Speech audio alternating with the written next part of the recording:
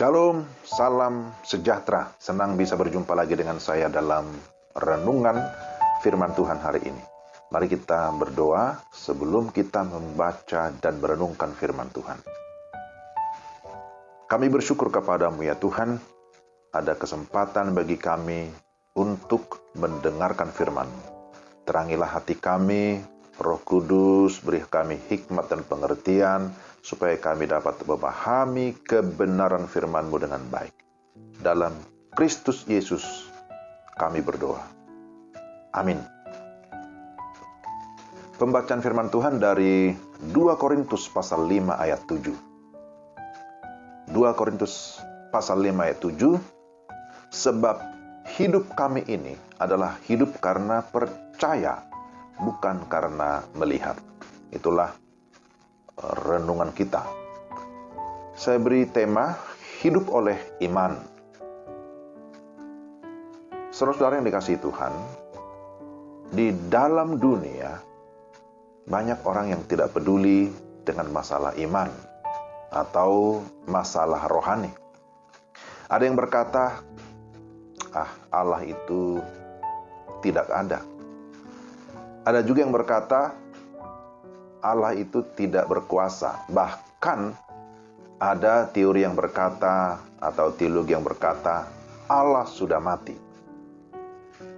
Ada yang berkata surga dan neraka itu hanya fantasi. Ada yang berkata janganlah terlalu rohani, kita kan masih tinggal di dunia. Ada yang berkata iman tanpa perbuatan itu mati. Dan masih banyak komentar lainnya. Namun dalam ayat ini, Paulus memberikan sebuah kesaksian. Sebab kami ini hidup karena percaya, bukan karena melihat. Kata percaya itu di dalam bahasa Yunani disebut dengan pistis, yang diterjemahkan ke dalam bahasa Indonesia faith, artinya iman. Kita dapat belajar beberapa hal melalui tema ini. Hidup oleh iman. Pertama, beriman berarti kita mengakui keberadaan Allah. Bagaimana kita mengetahui bahwa Allah itu ada? Apakah karena usaha manusia sehingga dia dapat mencari dan menemukan Allah? Ternyata tidak. Kita mengetahui Allah, kita mengetahui keberadaannya karena dia sendirilah yang menyatakan dirinya. Allah sendiri yang mewahyukan dirinya. Maka ada istilah wahyu umum dan wahyu khusus.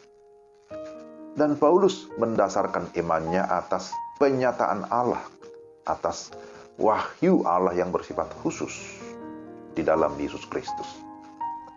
Dalam Kisah 27 ayat 25, sebab itu tabahkanlah hatimu, saudara-saudara, karena aku percaya kepada Allah, bahwa semuanya pasti terjadi, sama seperti yang dinyatakan kepadaku.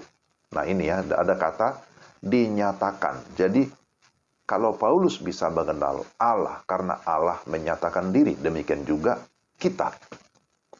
Apa yang telah Allah nyatakan, telah dituliskan oleh Rasul Paulus dalam surat-suratnya. Jadi kita mengakui bahwa surat-surat Paulus adalah firman Allah yang berotoritas. Kenapa? Karena Allah yang menyatakan. Di dalam 2 Korintus 5 ayat 7, Rasul Paulus menegaskan sebab hidup kami ini adalah hidup karena percaya. Percaya kepada Tuhan yang hidup dan berkuasa. Tidak ada Allah lain yang kita layak imani selain daripada Allah yang sudah menyatakan dirinya secara pribadi di dalam dan melalui Yesus Kristus. Amin. Yang kedua, mengapa kita harus hidup beriman? Iman diperlukan karena tanpa iman kita tidak berkenan kepada Allah. Sebagaimana Ibrani 11 ayat yang ke-6. Iman yang sejati menuntun kita kepada ketaatan untuk melakukan kehendak Tuhan. Mengikuti panggilan Tuhan seperti Paulus sekalipun dalam berbagai kesulitan ataupun penderitaan. Iman juga menggerakkan kita agar kita memiliki kasih dalam perbuatan. Ingat, kasih dalam perbuatan. Memiliki kesukaan untuk menolong orang lain. Selain itu, iman menuntun kita kepada pengharapan akan janji Allah.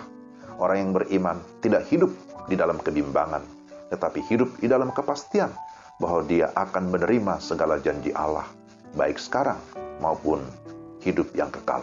Nah, itulah sebabnya Paulus berkata bahwa ia hidup bukan karena melihat.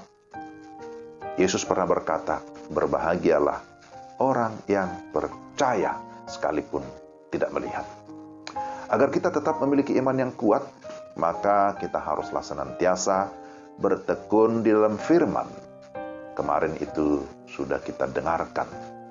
Sebab firmanlah yang dapat menumbuhkan iman kita. Dan orang yang beriman tidak akan khawatir atau takut menjalani kehidupan, karena dia meyakini Tuhan senantiasa beserta dengan dia. Sebaliknya, jikalau seseorang tidak kuat dalam iman, maka dia akan hidup dalam kekhawatiran dan ketidakpastian. Oleh sebab itu, saudara-saudara, mari kita terus meningkatkan iman kita.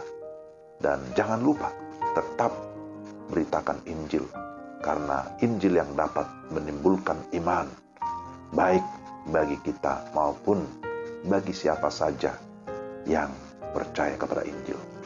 Mari kita berdoa.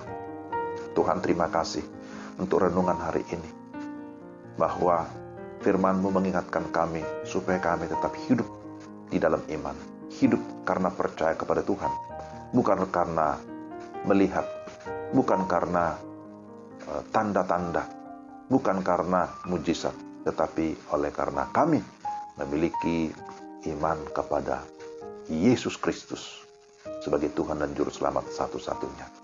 Dalam nama Tuhan Yesus, kami sudah berdoa. Amin. Demikianlah renungan kita. Tuhan memberkati saudara sekalian. Shalom.